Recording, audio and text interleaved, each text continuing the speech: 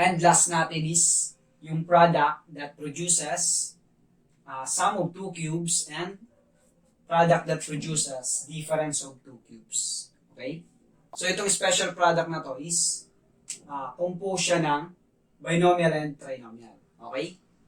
So pag nagmumultiply tayo ng binomial and trinomial, pwede siyang mag-result sa sum of two cubes or difference of two cubes. So paano natin malalaman kung yung product nila is sum of two cubes or difference of two cubes? Okay, so titignan mo lang yung relationship ng binomial and trinomial. Okay? Yung first term and last term ng trinomial natin, squared lang yan ng first term and last term ng binomial. Okay? So, square mo yung A, that's A squared. Square mo yung B, that is B squared. And then, yung middle term nila is product lang ng first term and second term ng binomial. Okay? And then, opposite sign. Okay? So, pag nasatisfy niya yon, yung result niya is sum of two cubes. Kasi, positive yung sign ng binomial natin. So, same din. Pag minus naman siya, yung result niya is difference of two cubes naman. Okay? So, yung sign dito, nakabase dito sa binomial. So, same din yung relationship nila, katulad ng kanina dito.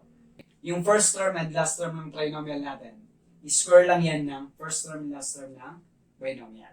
And then, yung middle term natin, product lang yan ng first term and second term. So, first term times second term, A times B, that's AB.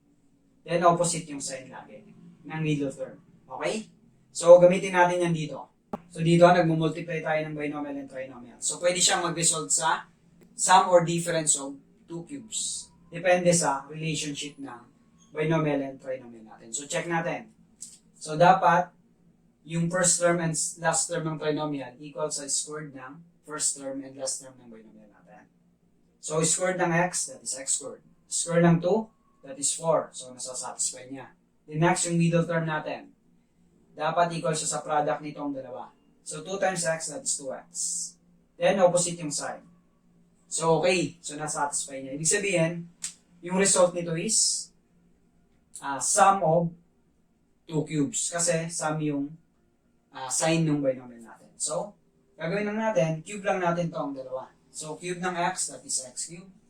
Copy the sign, cube ng second term ng binomial. Okay? 4. 2 squared, 2 cube pala. 2 cube is 8. Okay? So, ganun lang. And then, number 2. So, product din siya ng binomial and trinomial. So, check natin yung relationship nila kung magre-result ba siya sa difference of two cubes. So, check natin.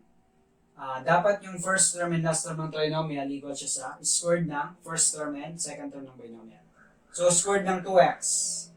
2 squared is 4. X squared is x squared. So, okay. Then ito, squared ng y, that is y squared. So, nasasatisfy niya. Then yung middle term. Dapat equal siya sa product ng first term and second term. 2x times y. 2x times y, that is 2xy. So, okay. And then, opposite yung sign. So, okay. Satisfy niya. Ibig sabihin, yung result nito is difference of two cubes. So, cube lang natin to. 2 cube, that is 8. Then, x cube. Minus, copy the sign, cube of the second term. So, y cube. Okay? So, ang haba niya, pero yung result niya, ganito lang kasimple. Yun yung purpose ng special product. Okay? Para madali lang tayo mag-multiply ng mga polynomials. Shortcut siya. Okay? Formula lang.